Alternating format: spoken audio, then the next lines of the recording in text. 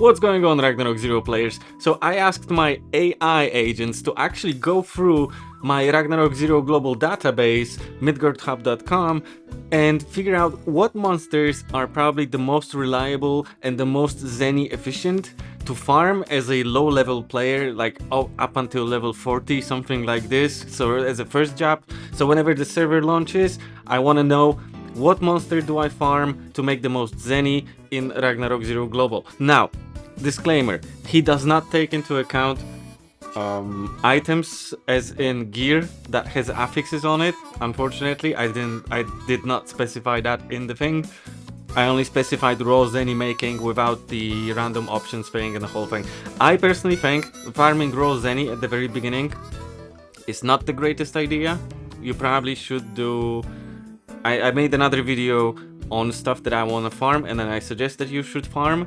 So the random options, you can see it on the channel, the random options on hoods, on basic gear, that's gonna be very much needed, and all of that stuff, because that stuff is gonna fetch a bigger premium as the first couple weeks of the server go than your 100,000 Zeny in raw just Zeny is gonna give you. You know, that's what I mean, unless you want to play the market maybe. So anyway, if you want to farm raw Zeny, my AI agent suggested this little table right here. He popped up a list of 10 monsters, names, their level, average Zeny per kill that we can expect, and the top drop. So he starts off with Bigfoot. And right off the bat, I don't think Bigfoot is gonna be a great thing. So we're gonna give feedback to the AI right now. I don't think Bigfoot is gonna be a great choice. Here's why. Everybody is gonna be leveling on Bigfoot. If we had the whole map to ourselves, and we were able to kill them efficiently, I would say Bigfoot is probably gonna be very good, because you have a very high chance of dropping Bear's Footskin, and then you have Honey that fetches a nice premium. You got Fly Wings and Sweet Potatoes and Animal Skin, so that all adds up. On average per kill, he says it's about 52 Zeny per kill. That does not take into account the costume that he drops, the card, or the gear. It's just raw Zeny. But as I said, I think Bigfoot is not necessarily gonna be the greatest choice, simply because there's gonna be so many people leveling on that map at launch and at the very first 2 months that it's gonna be super overcrowded. So that's a no-go in my opinion. Next up, Vitata. Right, so Vitatas are tricky to farm because there aren't very many of them compared to the other ants in Anthill, but nonetheless, if you're farming Anthill as a whole, which is it's a very decent farm in my opinion, you still have a chance of, you know, encountering a good amount of them, and discounting the Vitata card, which would be very nice to drop in the very first month, you have a pretty high chance for royal jellies and honey, and a single royal jelly is like what, 3,500 Zeny. So on average, he calculated 49 Zeny per kill of Vitata. That does not take into account the other ants on the map and the spawn. So yeah, there's that. He also recommends snakes, which is Boas.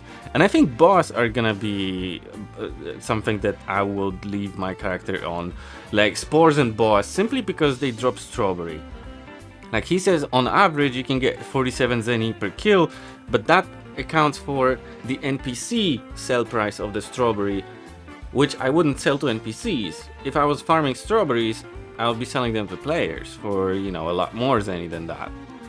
So yeah, I think Boas are definitely out there. I've actually considered setting a separate account of auto hunting on spores and Boas, simply because people go through that map very quickly. The churn on that map is big, and I mean, there's gonna be people leveling in there, of course, but there are other starter maps that are gonna kind of cause the condensation of players to disperse over that amount of different maps. So yeah, that's his suggestion. Next up is Giearth, I don't know how to pronounce that, the guy that drops elven ears, which apparently he does not. So yeah, I think he's taken into account being able to drop Stardust, which, you know, it's a very small chance, is 0.5%, and Great Nature even lesser percent. The card isn't very useful. On average, he says 46 Zeny per kill, but to be honest, in order to reach that average, you're gonna have to kill a lot of them. Though the map on which they're at also features skeleton workers, And skeleton workers are also decent Zeny, I think. So maybe, this is a maybe. And the one thing that it has going for it, I think, is that the map is definitely not going to be very occupied. You probably be alone in there.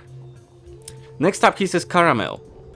So caramels are on the same map as Bigfoot, but caramels, if I were to comment on, is something that I would definitely try to farm, which is unfortunate because they are on the same map as Bigfoot once again. So there's gonna be a lot of players in there. But I would farm them not for the Zeny that he says. The average Zeny per kill, he's like 42 Zeny, but then he doesn't take into account the codes. So overall, I think the codes are gonna bump up your profit by a very high margin, or rather very high percentage, because codes can be used by everybody and they can roll with very great affixes if you're lucky, like flat HP and flee. So yeah, this would be very useful. Unfortunately, yeah, probably very contested, but very easy to kill, and I would definitely try to farm them for raw Zeny, plus I'm gonna call it the rolling the dice on farming long codes. Next up, soldier skeletons. Let me check if you guys can see the table. Yeah, you guys can see the table. He says soldier skeletons, and soldier skeletons are good. Skeleton bone has a very high chance of dropping. It's like about 30%, give or take. Without, this is just baseline drop chances without Cathro shop buffs, right? And you got your chainmails, which unfortunately are pretty heavy, so not a lot of people will be using them, but still, if you get good rolls, that's gonna be very nice.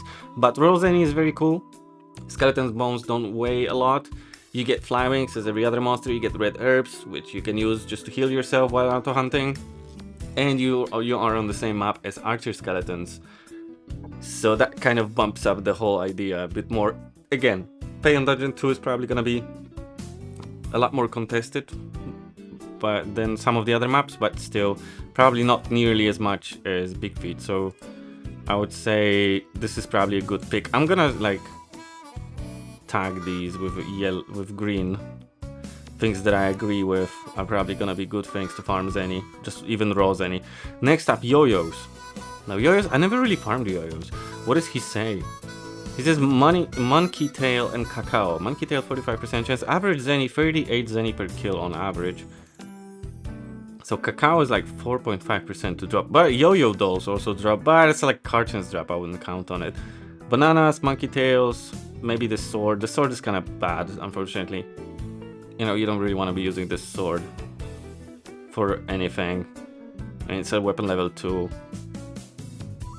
You can get better swords. Think.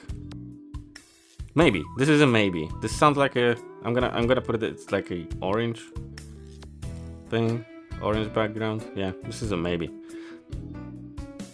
Elder Willows. Elder Willows is straight up no-go. I don't know.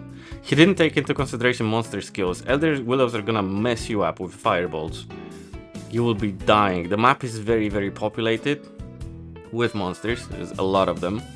Even though the resin is, you know, drops very often, it's 45% chance to drop it, which will be over 50% if you use the cash shop buffs. Your average Zeny per kill will be pretty high, at like 42% with that. So yeah, but maybe if by some miracle you can survive those fireballs from them, then yeah, but I would not try that. I would probably go for something safer. This is more of a map for active play, I think. Next up, Vadon. Second to last, he's recommending Vadons. And Vadons drop nippers. That's what he's counting on, that we should be farming nippers. 45% chance to get. Solid shell is a very good item to sell. Unfortunately, it only drops it at 0.5%, so I wouldn't really count on it. And iron armor, maybe iron armor, so padded armor, rather, with good affix rolls might make sense.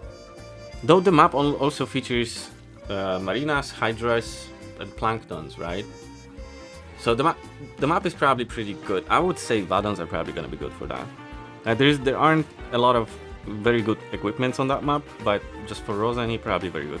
Now, poison spores. Unfortunately, poison spores are aggressive. I would not recommend that map at all, unless you can really handle a bunch of monsters at the same time on your character. Maybe if you're like decked out in cash shop buffs and all that stuff constantly, but then it doesn't really make sense to go farm poison spores if you're decked out like that, right? I don't think that's worth it. So I would say poison spores are a no-go, despite the drops being pretty good. Maybe if I was an active player, sure, but not as an auto-hunting low-level player. So yeah, this is my AI's list. If you want to look up the monsters yourself and kind of build a plan for yourself for the release, what are you gonna farm, where are you gonna farm it, head over to midgardhub.com. I will link it in the description. And I'll see you in the next video. Give me a subscribe, give me a follow, leave a comment, what are you gonna farm? And keep in mind, I'm talking about the very first levels of your gameplay when the game launches finally and we can get to playing. So like the first 40 levels, what do you want to farm if you want to make a Zeny? Again, I don't suggest farming Zeny, I suggest farming equipment instead, because that bumps your character's power, and very good rolls and equipment are gonna fetch a lot more Zeny than just pure Zeny farming. But again, if you want to do that, feel free to do that, and I'll see you in the next video.